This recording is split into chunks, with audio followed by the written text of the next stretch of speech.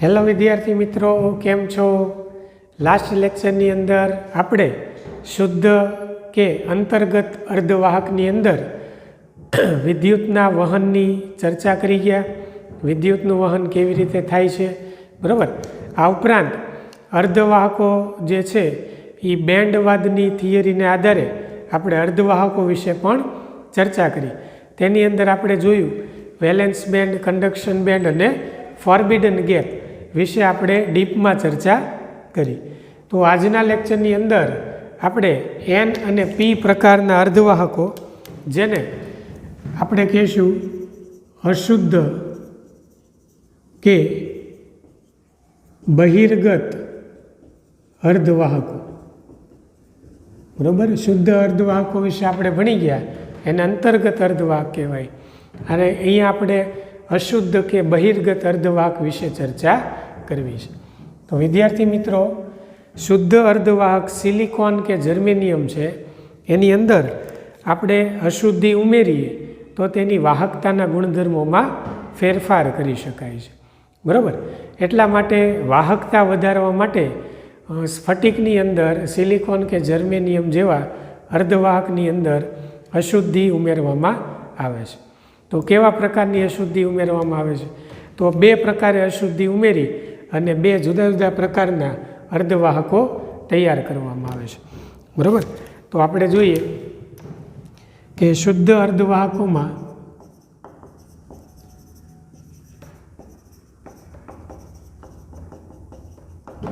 અશુદ્ધિ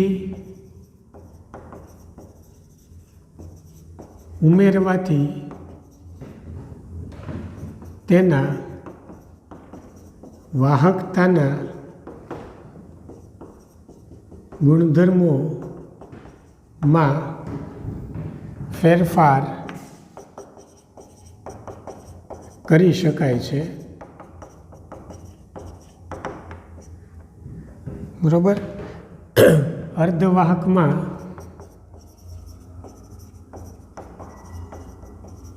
અશુદ્ધિ ઉમેરવાની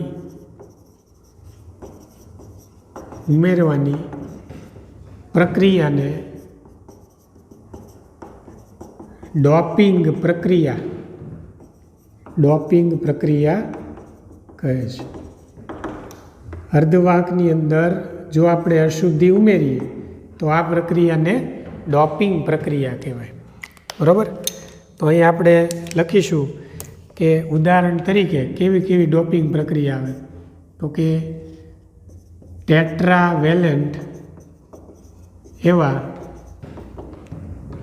સિલિકોન કે જર્મેનિયમમાં પેન્ટાવેલેન્ટ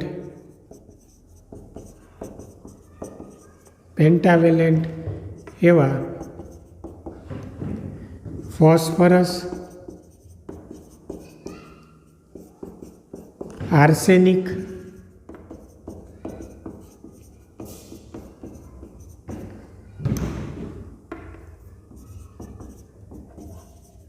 અને એન્ટીમની, જેને એસબી કહેવાય, અથવા ટ્રાયવેલેન્ટ એવા એલ્યુમિનિયમ,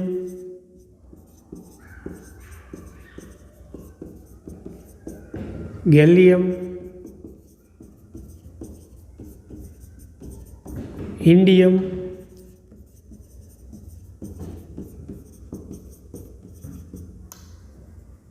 અશુદ્ધિઓ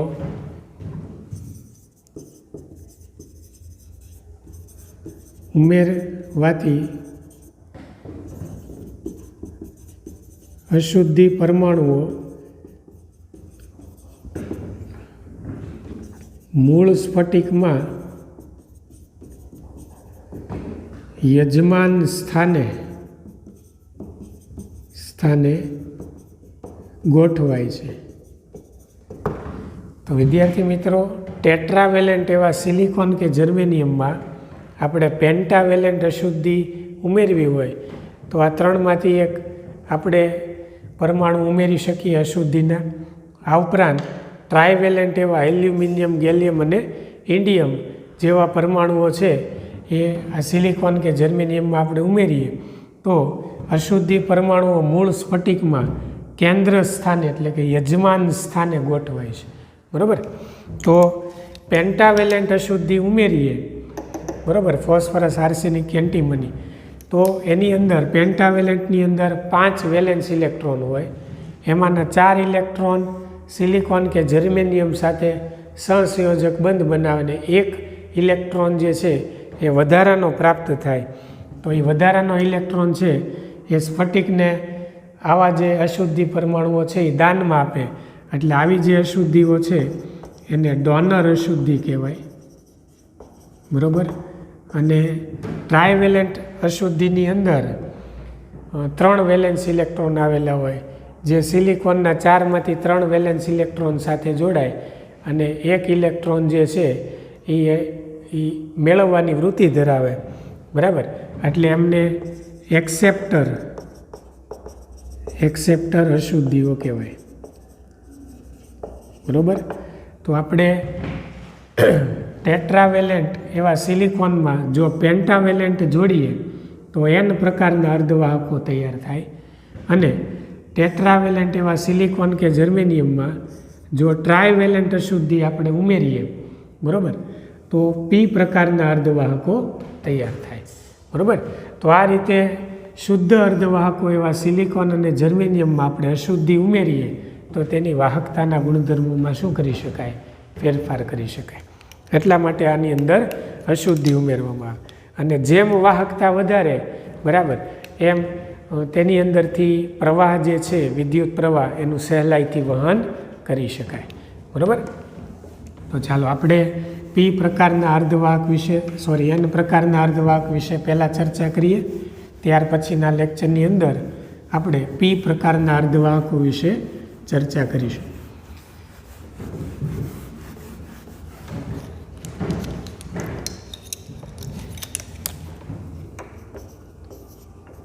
n પ્રકારના અર્ધવાહકો પર નોંધ લખો. IMP સવાલ. ચાલો હવે એના માટે આપણે એક સિલિકોન સ્ફટિક લેટિસ રચના દ્વિપરિમાણમાં આપણે દોરવી છે. તો ફર્સ્ટ ઓફ ઓલ આપણે અશુદ્ધિ પરમાણુ એવા 5 વેલેન્સ ઇલેક્ટ્રોન ધરાવતો એક આર્સેનિક પરમાણુ લઈ લઈ, જેની પાસે 5 વેલેન્સ ઇલેક્ટ્રોન છે. આ જે છે એ 5મો વેલેન્સ ઇલેક્ટ્રોન છે. બરાબર. એને આપણે સિલિકોન સ્ફટિકમાં ઉમેરીએ.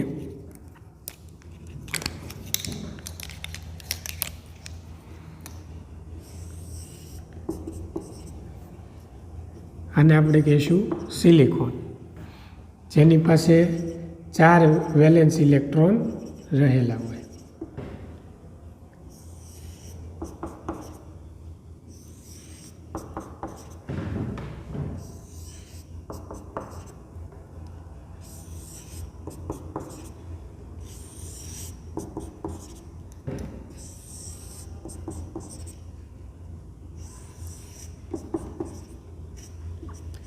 આ બધા સિલિકોનના પરમાણુઓ છે.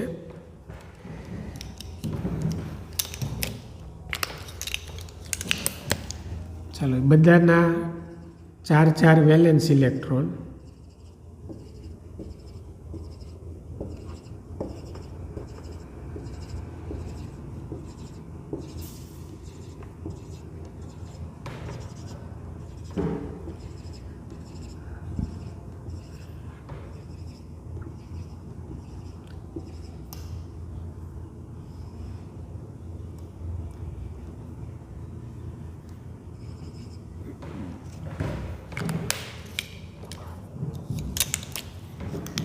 બે ઇલેક્ટ્રોન ભેગા મળી એક સહસંયોજક બંધ બનાવે.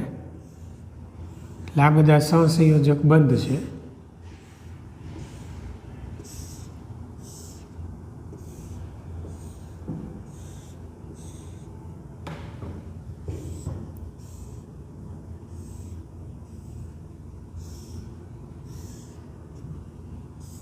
+4 છે એ બધા સિલિકોન છે.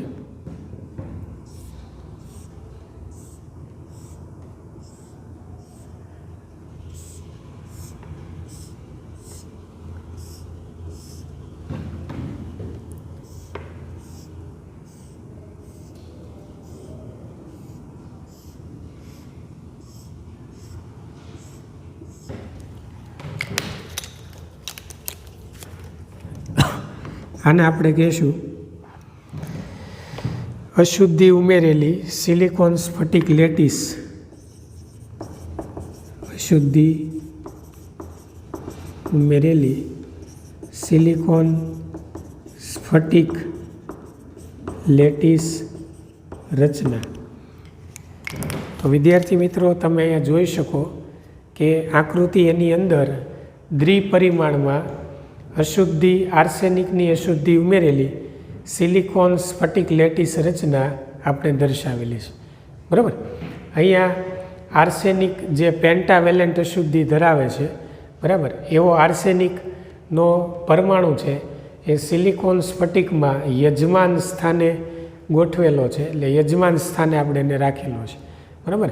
એટલે સિલિકોન સ્ફટિકની અંદર ટેટ્રાવેલેન્ટ એટલે 4 વેલેન્સ ઇલેક્ટ્રોન ધરાવતા સિલિકોનની અંદર 5 વેલેન્સ ઇલેક્ટ્રોન ધરાવતો આર્સેનિક પરમાણુ આપણે ઉમેરેલો છે.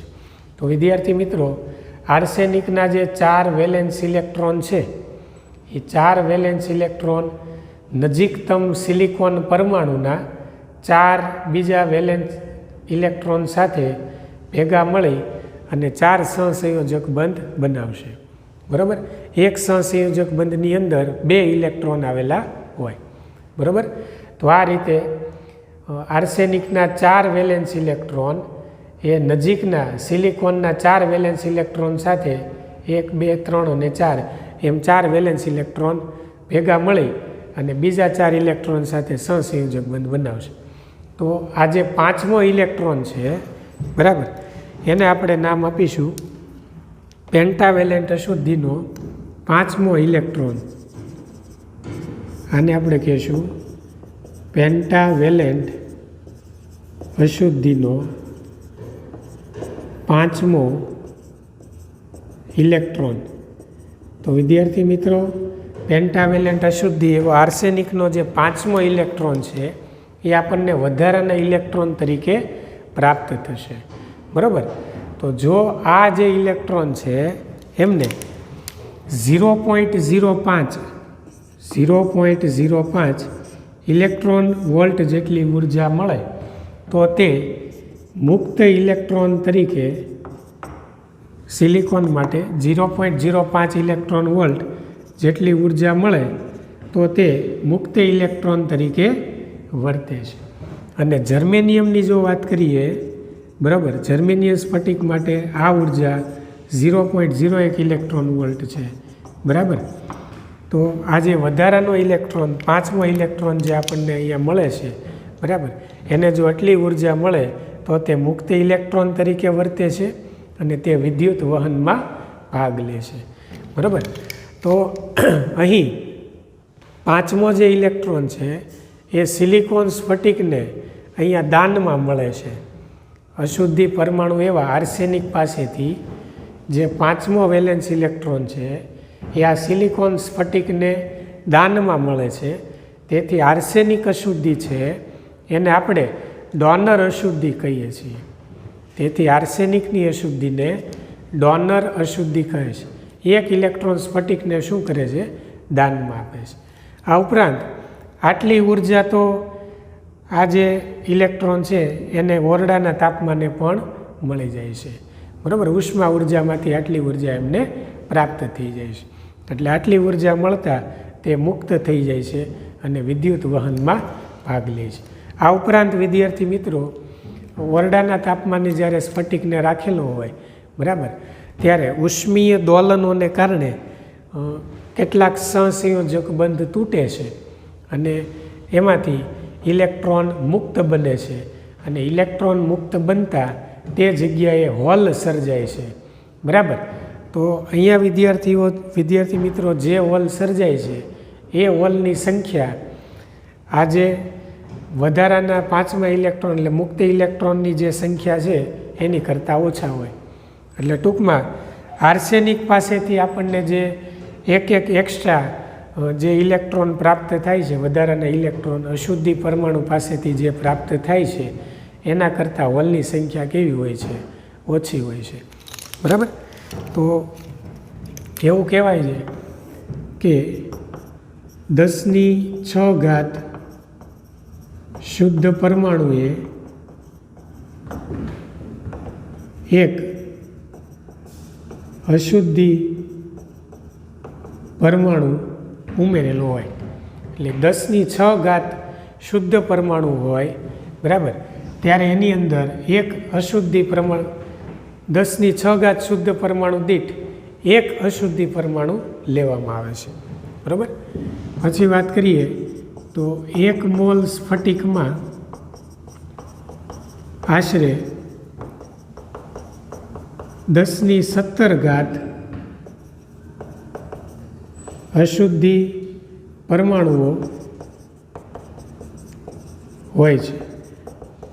બરાબર.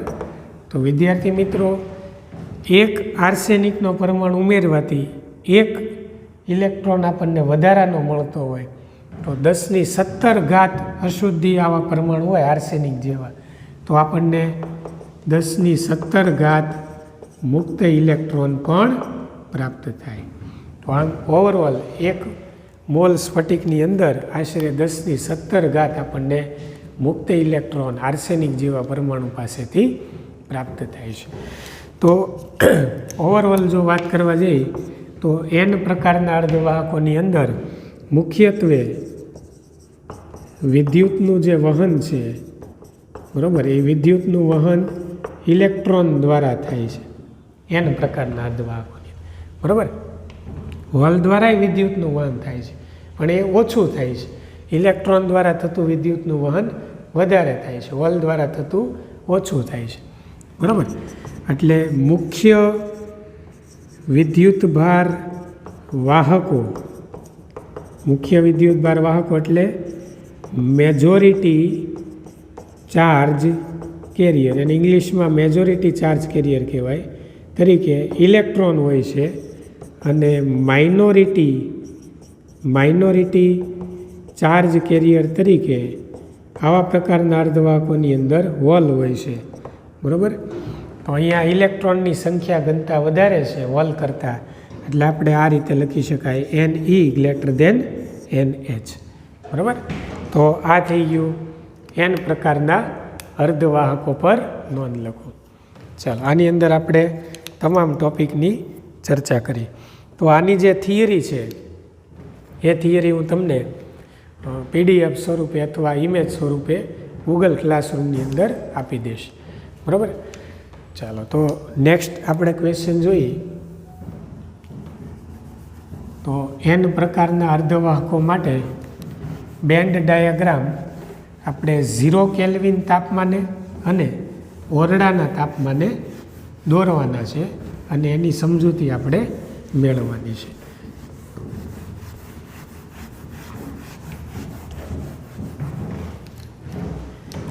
n પ્રકારના અર્ધવાહકો માટે બેન્ડ ડાયાગ્રામ 0 કેલ્વિન તાપમાને,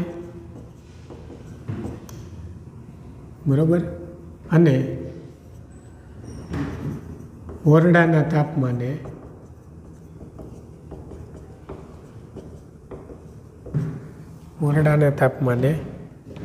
દોરો અને સમજાવો. તો આપણે જેમ લાસ્ટ લેક્ચરની અંદર વેલેન્સ બેન્ડ, કન્ડક્શન બેન્ડ અને ફોરબિડન ગેપની ચર્ચા કરી હતી, એ શુદ્ધ અર્ધવાહકો માટે હતી. તો આજે આપણે અશુદ્ધ અર્ધવાહકો એવા n પ્રકારના અર્ધવાહકો માટે બેન્ડ ડાયાગ્રામ 0 કેલ્વિન અને ઓરડાના તાપમાને દોરવાનો છે. તો વિદ્યાર્થી મિત્રો, આપણે આકૃતિ એક એ દોરીએ 0 કેલ્વિન તાપમાને. તેની અંદર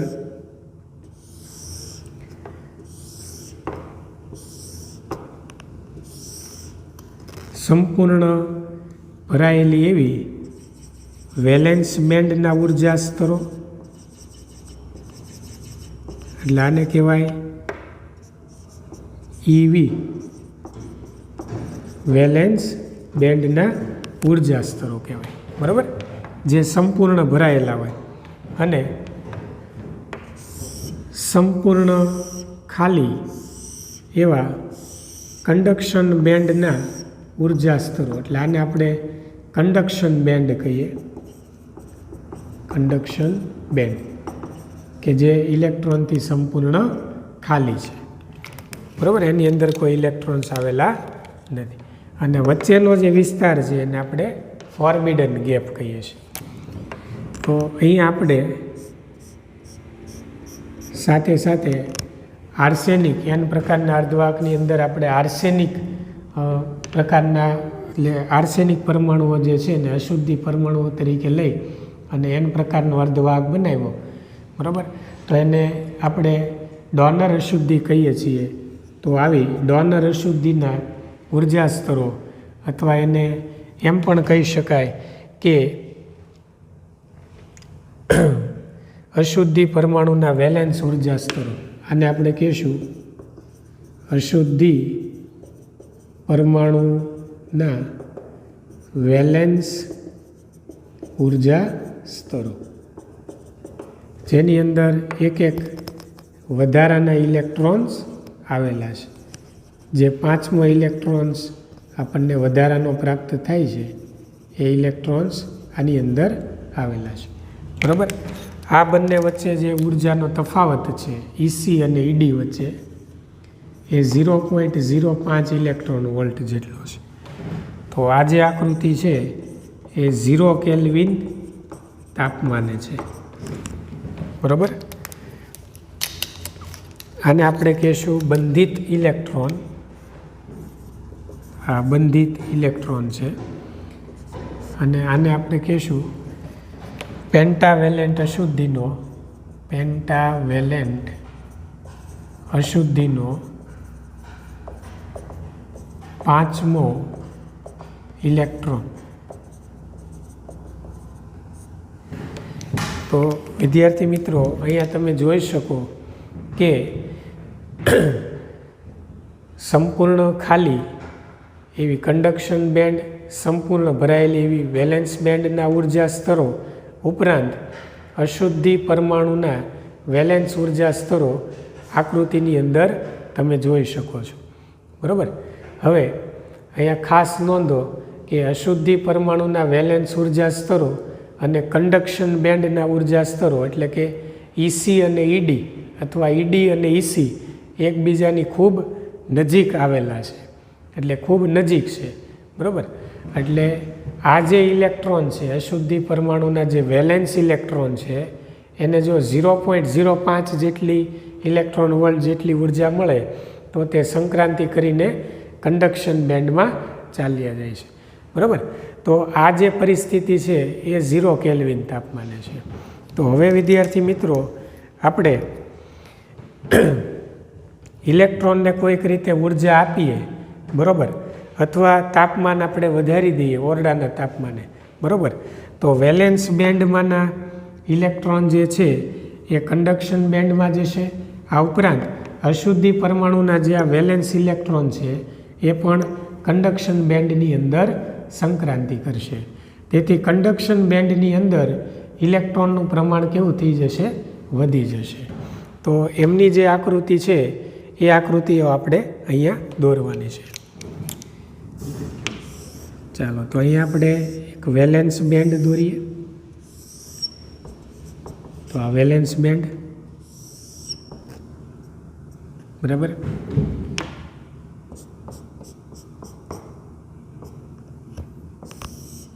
અને આપણે ઈડી એટલે અશુદ્ધિ પરમાણુના વેલેન્સ ઉર્જા સ્તરો,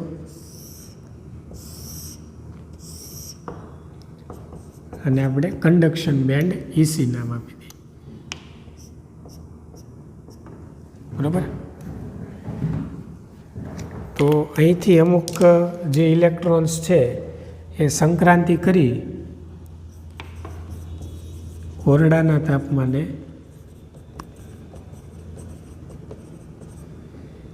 માનો કે અહીંથી ઇલેક્ટ્રોન જે છે એ નજીકના કંડક્શન બેન્ડમાં સંક્રાંતિ કરીને જાય છે, એટલે ઇલેક્ટ્રોન અહીંયા પહોંચી જશે, પણ જે જગ્યાએથી ગયો હશે ત્યાં પાછા હોલનું શું થશે? નિર્માણ થશે. બરાબર. અહીંયા બધી જગ્યાએ ઇલેક્ટ્રોન્સ આવેલા છે. બરાબર. માની લ્યો કે અશુદ્ધિ પરમાણુના જે વેલેન્સ ઇલેક્ટ્રોન છે એ પોતાનું સ્થાન છોડી અને કંડક્શન બેન્ડમાં જાય છે, તો અહીંયા પણ હોલનું શું થાય છે? નિર્માણ થાય છે. બરાબર. અને ઇલેક્ટ્રોન કંડક્શન બેન્ડમાં સંક્રાંતિ કરે છે.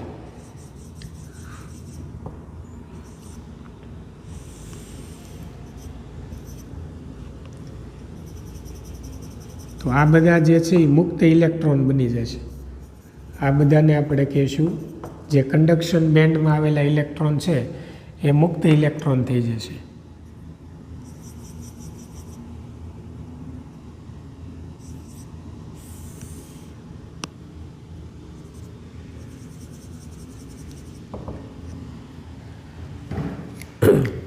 તો આ જે આકૃતિ છે એને આપણે કહીશું ઓરડાના તાપમાને N પ્રકારના અર્ધવાહકનો બેન્ડ ડાયાગ્રામ. બરાબર. આને આપણે હોલ કહી દઈએ. ચાલો, આ હોલ છે. તો EC અને EDનો તફાવત ખૂબ નાનો છે. બરાબર. એટલે જેમ તાપમાન વધારશું એમ વેલેન્સ બેન્ડમાંના ઇલેક્ટ્રોન છે એ ક્યાં જશે? કંડક્શન બેન્ડમાં જશે. આ ઉપરાંત અશુદ્ધિ પરમાણુના જે વેલેન્સ ઇલેક્ટ્રોન છે, જે આપણે અહીંયા દોરવાના અશુદ્ધિ પરમાણુના વેલેન્સ ઇલેક્ટ્રોન, એ પણ ક્યાં જશે? એ પણ કંડક્શન બેન્ડમાં જશે. તો વેલેન્સ બેન્ડમાંથી ઇલેક્ટ્રોન કંડક્શન બેન્ડમાં ગયા અને અશુદ્ધિ પરમાણુના વેલેન્સ ઇલેક્ટ્રોન પણ સંક્રાંતિ કરી અને કંડક્શન બેન્ડમાં જાય છે. આમ કંડક્શન બેન્ડની અંદર ઇલેક્ટ્રોનની જે સંખ્યા છે એ આપણને વધારે પ્રાપ્ત થાય છે અને આંતરિક એટલે કે અંતર્ગત અર્ધવાહકમાં જે ઇલેક્ટ્રોન આપણને કંડક્શન બેન્ડમાં મળતા હતા એના કરતાં પણ વધારે અહીંયા પ્રાપ્ત થશે. આમ N પ્રકારના અર્ધવાહકોની અંદર વિદ્યુતનું વહન મુખ્યત્વે ઇલેક્ટ્રોન દ્વારા થાય છે. હોલ દ્વારા પણ થાય, પણ બહુ ઓછા પ્રમાણમાં. એટલે ઓવરઓલ તમે એમ કહી શકો કે આવા પ્રકારના અર્ધવાહકો માટે Ne > NH. બરાબર. તો બે આકૃતિ દોરી, બે વિશે આપણે સમજૂતી તમને થિયરીની અંદર હું આપી દઈશ.